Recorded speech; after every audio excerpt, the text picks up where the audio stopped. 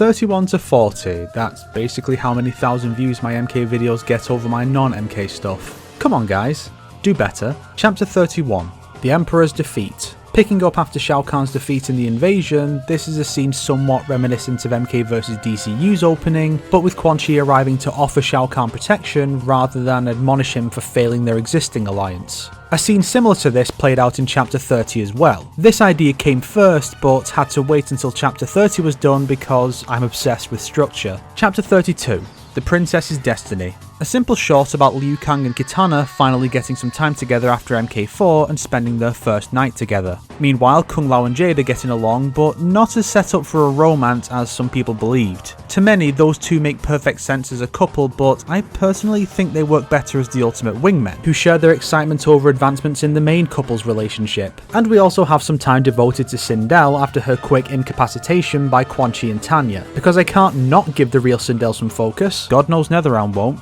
Chapter 33, The Emperor's Trophy. This is the one I discussed in the Shao Kahn Wasted Potential. Not long after Sindel's death, Kahn is in his workshop turning a skull into a mask because, as I said in a previous part of this series, villains are more interesting when they have hobbies, and he invites Kitana in to help him with it as a bonding exercise. Then the identity of the skull is revealed to the audience while Kitana never learns it. As I said on WP, this kind of thing is how you villainize the villains, not with explicit Trump references or sexual threats. Chapter 34, The Archer's Duty. With Chronicles using the idea of Kung Jin being a child of around 5 at the time of the tournament, he's 15 or so by the time Lao heads off to avenge their cousin in Deadly Alliance, leaving Jin to defend Kang's tomb from people trying to steal his corpse for nefarious purposes. And I snuck in a nod to Johnny Young Bosch's debatably most famous role as well.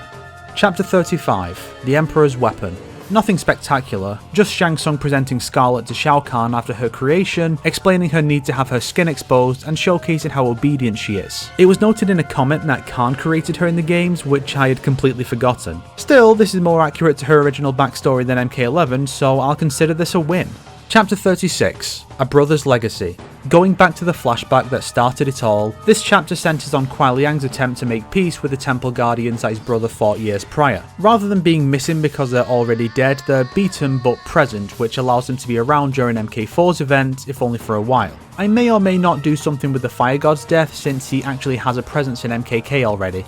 Chapter 37, The Occultist's Experiment. Another Mileena chapter, and the first one set out of order. Going back to MK4, we see the beginnings of Mileena and Tanya's relationship as Quan Chi performs some of his early mind control experiments on Mileena, because without necromancy, that's the gimmick that should be more of a focus. Chapter 38, The SPECTRE'S Revelation. Following on from that chapter, this one adapts Scorpion's MK4 ending, but with more of a brutal and serious edge than the campy original. Sub-Zero isn't just beaten, he is beaten. I mainly wrote this to have a cool moment where Quan Chi tries to use his mind control on Scorpion, but it fails because his rage is too great and Quan Chi is inexperienced with this. Chapter 39, The Occultist's Return.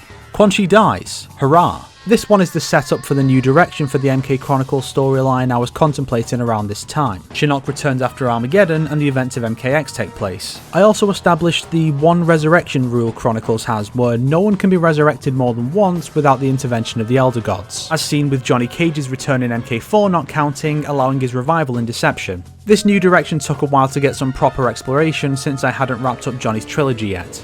Chapter 40, The PROTECE'S Victory. The first based on MK11, because Frost could have been something, and I had an idea where she has Cyber Sub-Zero from the past in her Cyberlink way after Sector's death, but how much happiness can that really bring her when she didn't earn this herself and this Sub-Zero is too cyberized to care? If you liked this video, why not subscribe and support me on Patreon like these fine people here? If not, then make sure to share it with your enemies so they can suffer along with you. Speaking of Scorpion's MK4 ending, today's recommended video is Mortal Kombat 4 Scorpion's ending remade in Unreal Engine 4 by Darko Sabotin. I had to shield this one this time for obvious reasons.